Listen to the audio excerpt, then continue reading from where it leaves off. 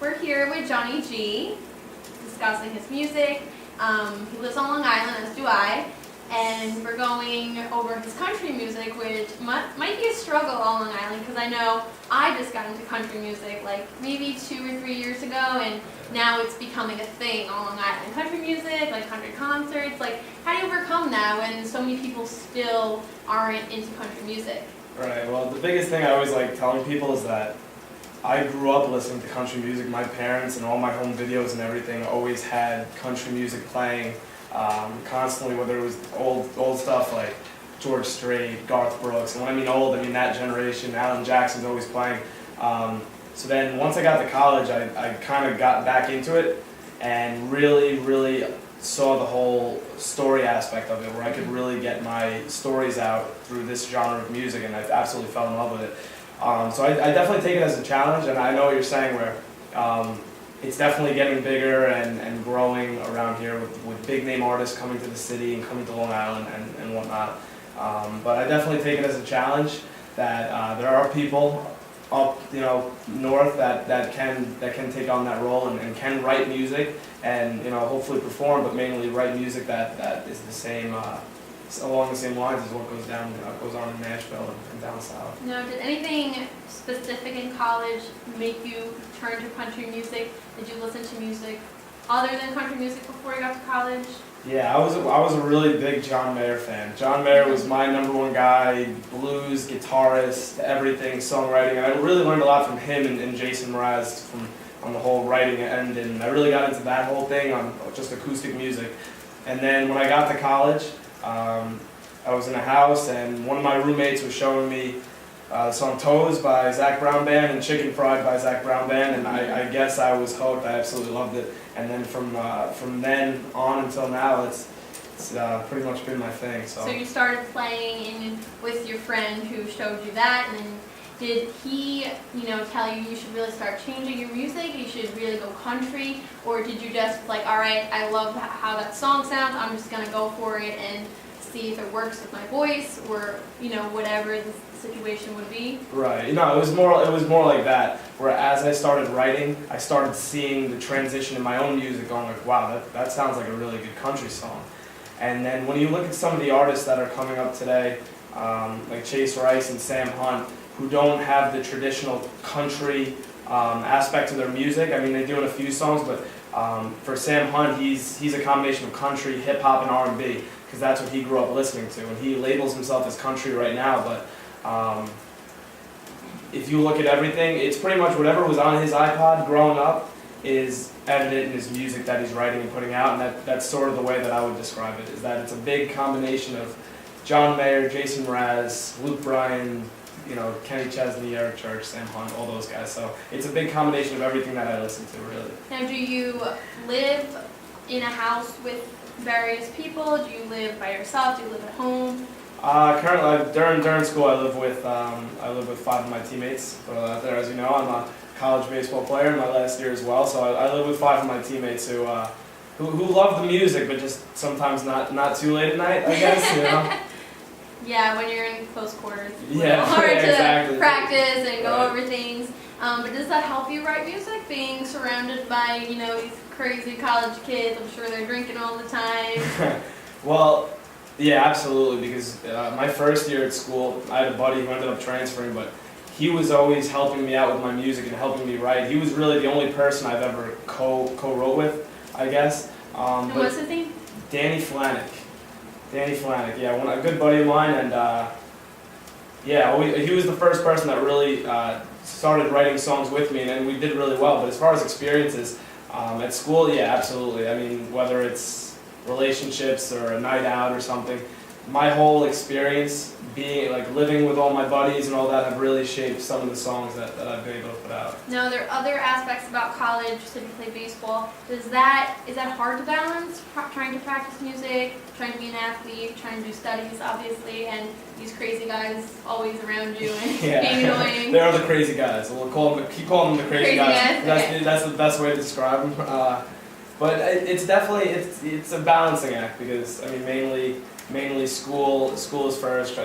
Got my degree in grad school now. Old compared to my teammates, but juggling that and then the baseball schedule, guitar and music and songwriting has always been a thing that I could always go to and unwind after baseball and playing, have a bad game or just have a bad day in general, just go back and write a couple write a couple lyrics down or do what I can do and just, jam whatever I can play.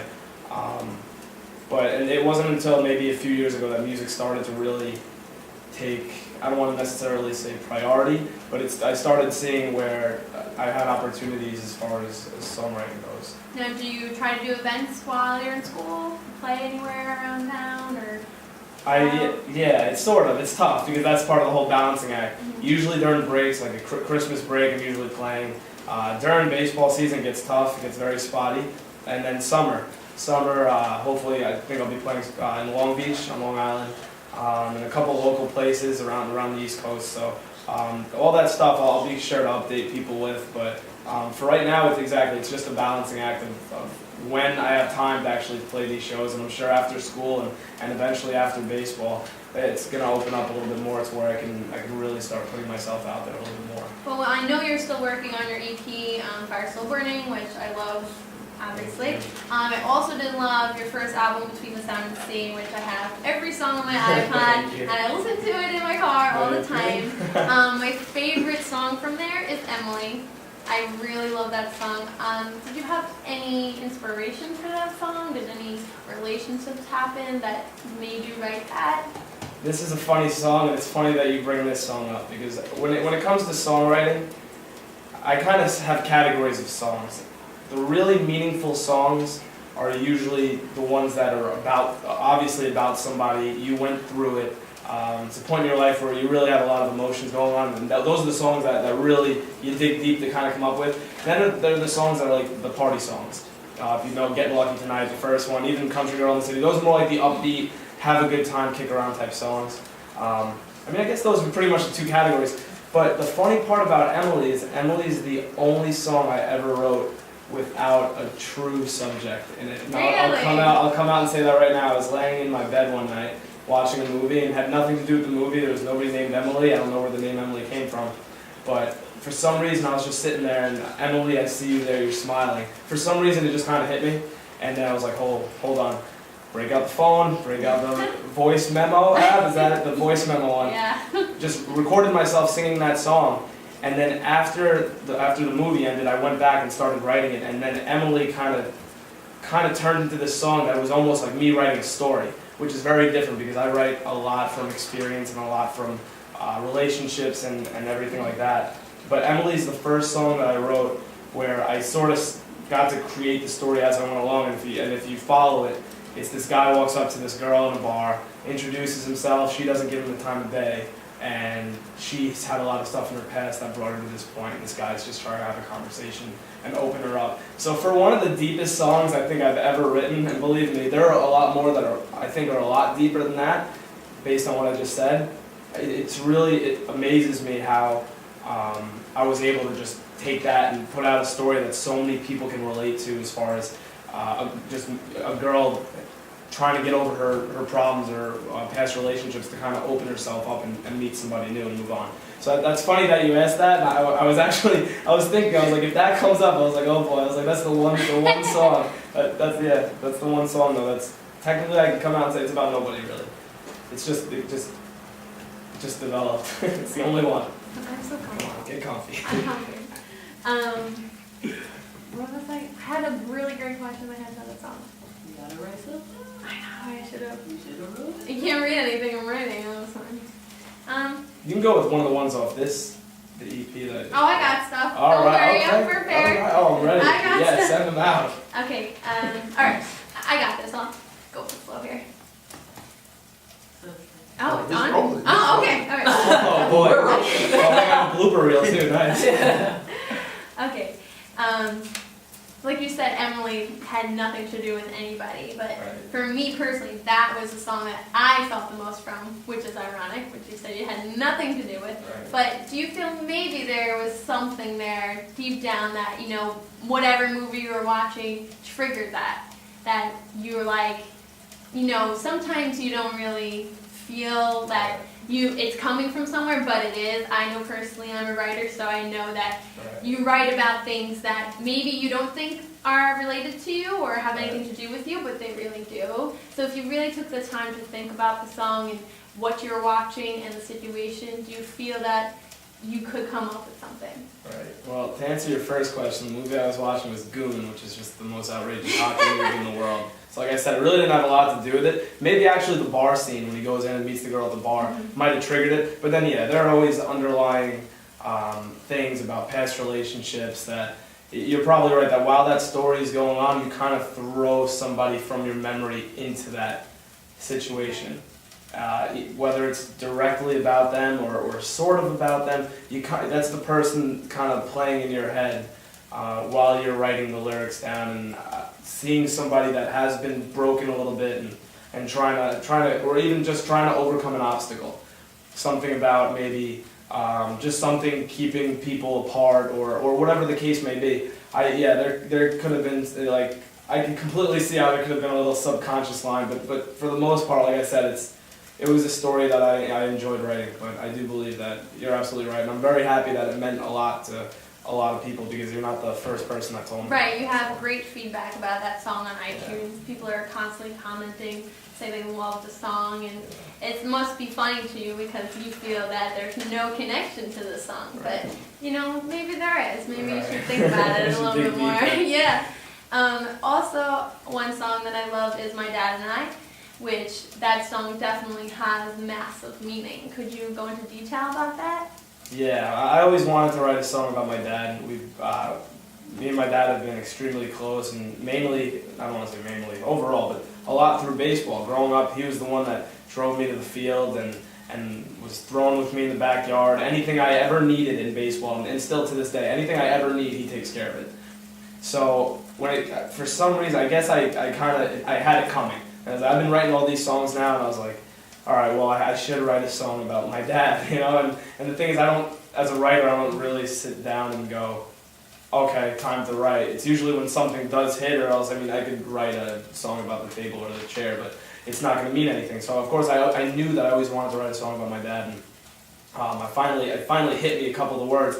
So it's funny because the song is like a very kind of like inside joke, funny kind of song, also emotional. There's a couple of lines in there about him getting mad and screaming at me and my brother. But then the rest of the song is really meaningful and it's really everything I would love to tell my dad every day, which I openly can because of our relationship. But it's just something that maybe I can't really text every single day the entire chorus to that song, even though I mean it. Right, the chorus is the most important lyrics. Like you say, if you ask me who I am, you should just meet my pop. Yeah, and that was when I knew I had a song.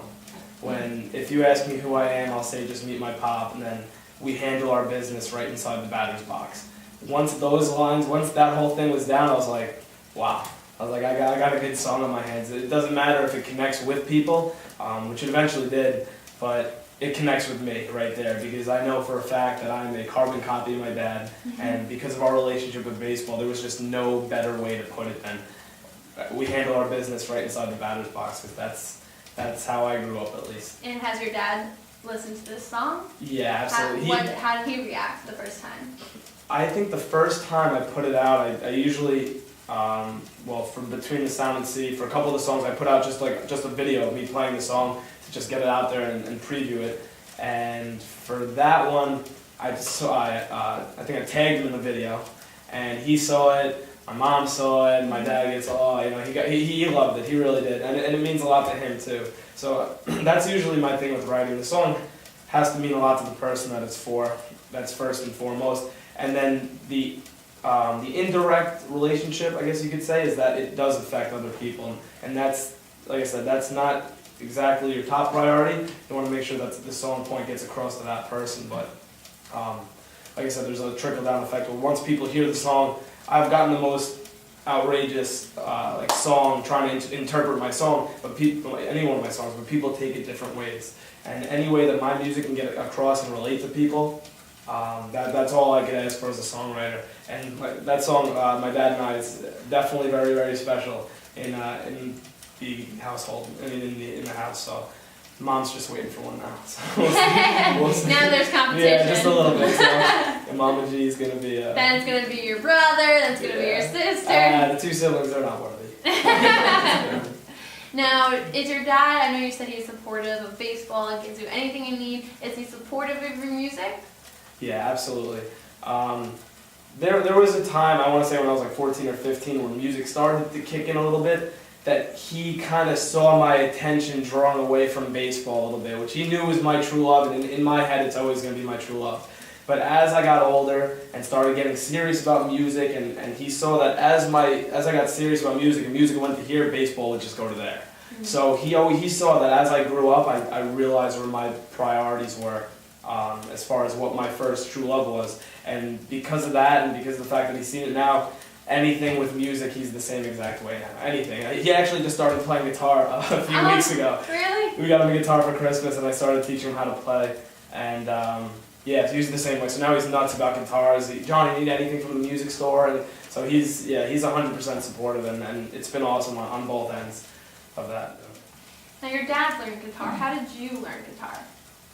I taught myself how to play when I was about 12 years old. How did you get into, wow, I want to play the guitar? Did you play in high school? Did your friends play? My parents, I'm pretty sure this is the story, I hope it's accurate, got me a guitar really, really cheap when I had a garage sale, which is so stereotypical of every musician that's out there, really. But I'm pretty sure that's how it happened. And they bought me this nylon string guitar, which I think I still have.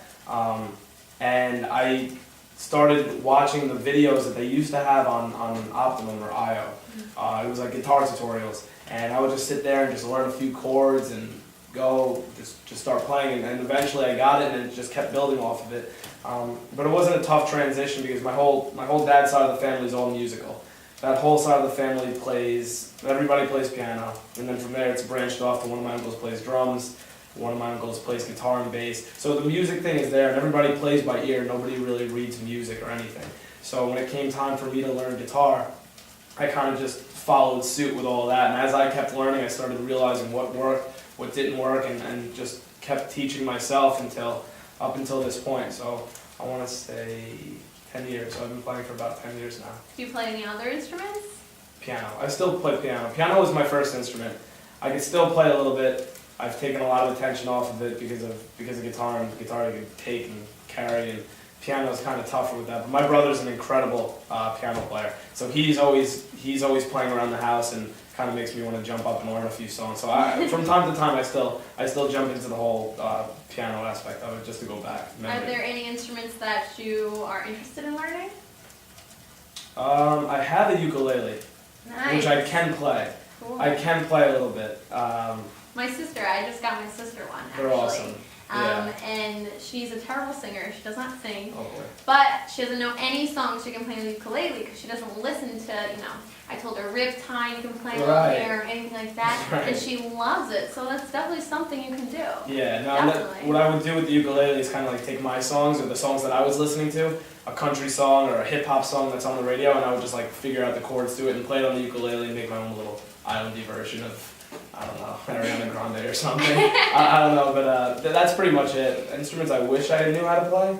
I've been learning drums a little bit, but I don't even want to go there. Nothing serious. Nothing serious at all. Yeah, I could probably keep a beat, but that would be cool. That would be cool if I could learn how to play drums. Now your new EP, the song "The Fight," I saw on your Facebook page that you had a lot of feedback. You gave everyone a little brief, whatever it was, video of it. Can you describe why you wrote that song? Yeah. So my grandmother on the Greek side, so like I said, all the music's tied into the Greek side on my dad's side. Excuse me, last year, it was last year she passed away of cancer, which was a very big crush and blow to the family because it was pretty unexpected. She was battling it for a few years, but it came out of nowhere, and it was a roller coaster ride. So once that all happened, I guess everybody gathered their emotions. I knew I wanted to write a song about her, and that was the top of my priority list. You gotta write a song about Yaya. That's her name, the Greek name. You have to write a song about her. Absolutely, gotta do it, because you can dig down and find the emotions to do it. So once I started writing, it was like maybe 5 minutes into it, I was like, wow, I have the chance to do something a whole lot bigger than just write a song for Yaya. And my personal memories and a song like My Dad and I, like bring up all that stuff. I was like, I want to take this, whatever I'm feeling, and write a song that can give people currently battling cancer inspiration to get through it. And that, like I said, with Emily, how every song kind of unfolds as you go, that's the route I started taking and started realizing. I was like, holy cow, like this song is going to be something that people can listen to for inspiration, because everybody knows somebody that's battling the disease. Or so I get it's definitely the most meaningful song I think I've ever written, because of all the feedback to it. And the first thing people tell me when they hear it is, oh man, I gotta show my uncle that song, or oh, I gotta show my mom that song because my grandma just passed away, or something like that. And obviously that's horrible, but to me, the fact that people can use my music and what I wrote to help them get through a situation, give them inspiration or give them hope, it's unbelievable, and it's pretty much the most rewarding thing as a songwriter. So, and then just describing the whole thing, as everybody describes it, as a fight and as a battle. So that was the terminology I went with, and there's some songs, I'll put it like this, there are some songs that you don't feel like you did necessarily. You don't feel like you wrote it at all. You kind of feel like it was given to you, and if you didn't put the pen to the paper at that moment in time, it would have never came out. So that's one of the songs where I look back, and I remember the first thing I showed my brother, I texted him like the first verse on the voice memo when I just recorded it quick, and he was like, holy moly, that's unbelievable. And I didn't even know. I was like, yeah. He's like, I don't know how the hell you come up with this. And I was like, I don't know either. Did you get great feedback from this song so far? Yeah, this song has been unbelievable. Like I said, just people just telling me about their personal experiences and how they plan on showing somebody that they know that's been affected by cancer in general. So I'm incredibly proud of this song because of the fact that it has such potential for growth, so that people can hear the song. That's the biggest thing. I want this song heard. And this is just an EP version that I put out, but when I have time to put out a full album, that song's going to be redone and really made nice. Same words, same everything, but really made nice. And what inspired you to make the slideshow? I know I saw the slideshow on your Facebook, but you didn't just use personal pictures, you used various pictures of, I guess people you know, or any people that know someone, stuff like that. Right.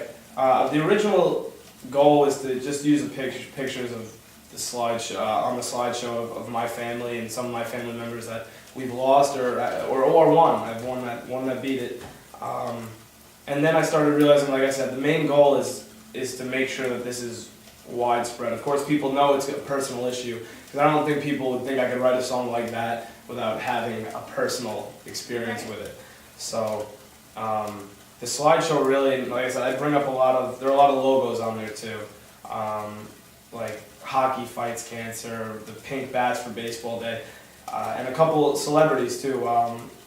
Stuart Scott and Tony Gwynn are part of that. So really one night I sat down, I just tried to find pictures that I knew would go along with the song very well, that people could relate to. And then there's a couple pictures, I'm just sitting there in Google Images and cancer survivors or real cancer walks, and just seeing people celebrating with the sign saying, I beat cancer. It meant a lot to me to see that stuff. So like I said, I do not own any of those pictures, and I put that there. Yeah. That slideshow's not for profit.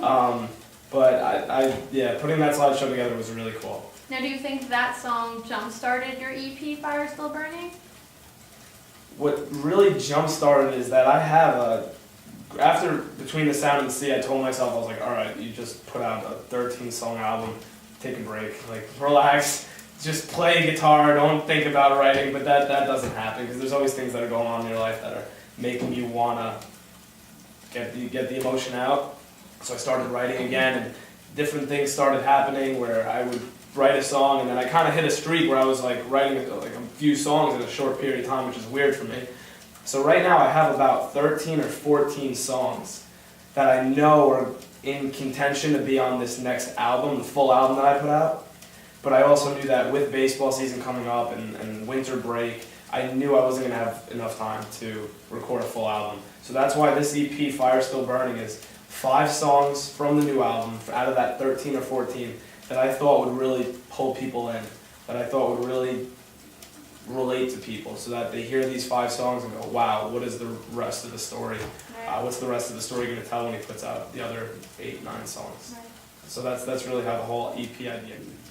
So for your EP, now what are your plans? I know you're in college, you're still doing baseball, but what's your career going to be like with music? Well, after this EP, like I said, I definitely want to, when I have all the time after baseball and school, I really want to get the rest of those songs that are part of that group and really start to get them out there and really start working them and see what they could do as far as potential for the next album. I would love to pursue songwriting, because that's what I know I'm good at. I know I'm good at performing and getting up and singing and interacting with a crowd. That's stuff that I've been doing for a long time, and I love that aspect of it. But if there's one thing I take a lot of pride in, it's my songwriting. Would you just want to do country songs, or would you branch out to any kind of songs? Right now, like I said, a lot of them fit that genre, but there are a few songs that I have where it can go either way. You could have sort of any genre, same thing. You can kind of make it into a rock song, make it into like a soulful R&B song. There's a few of them. Believe me, that's for the next album. You guys will see. But yeah, no, I've thought about getting across different genres of music as far as my writing. But like I said, my main focus and what I work best with just happens to be country music. And I think it's because, like I said, I listen to it, and like I said before, my music is always going to reflect what my iPod sounds like. Now, since you have your guitar here, do you think you could play a little bit for us? Absolutely. All right.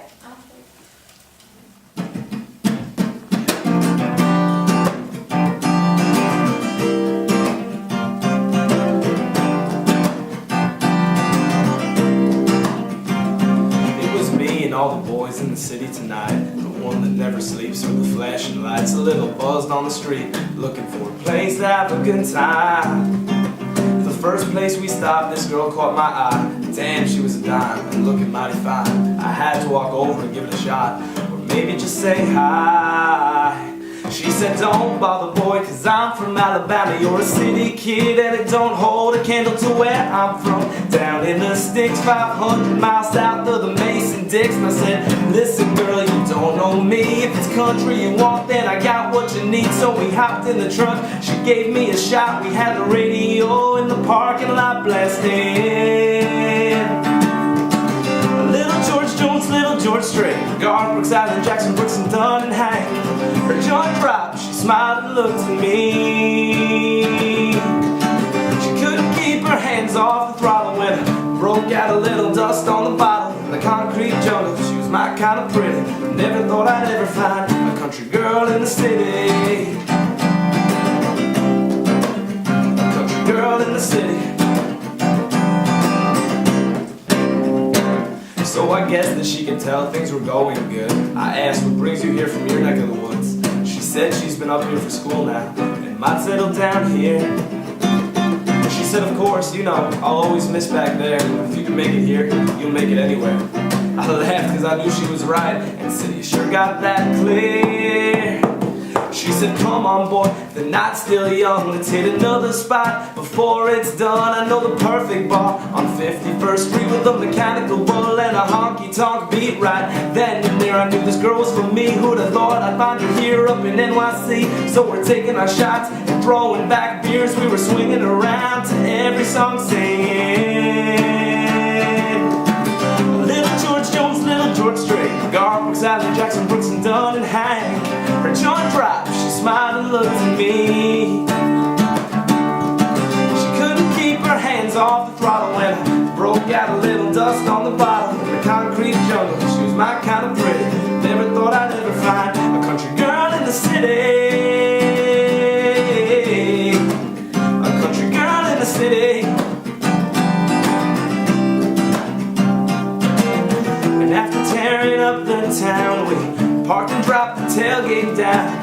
I busted out this old guitar and played Little George Jones, Little George Strait, Johnny Cash, David Allen, Cole and Hank. Her jaw dropped, she smiled and looked at me. prove the country boy can survive in the concrete jungle. She was my kind of pretty. Never thought I'd ever find a country girl in the city. A country girl in the city. Bom, bom, bom, bom, yeah. A country girl in the city.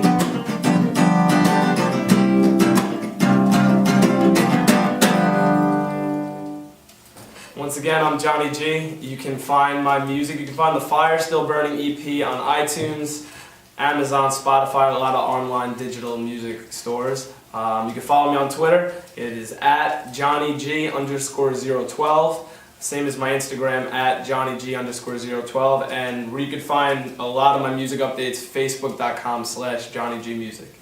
Thank you very much.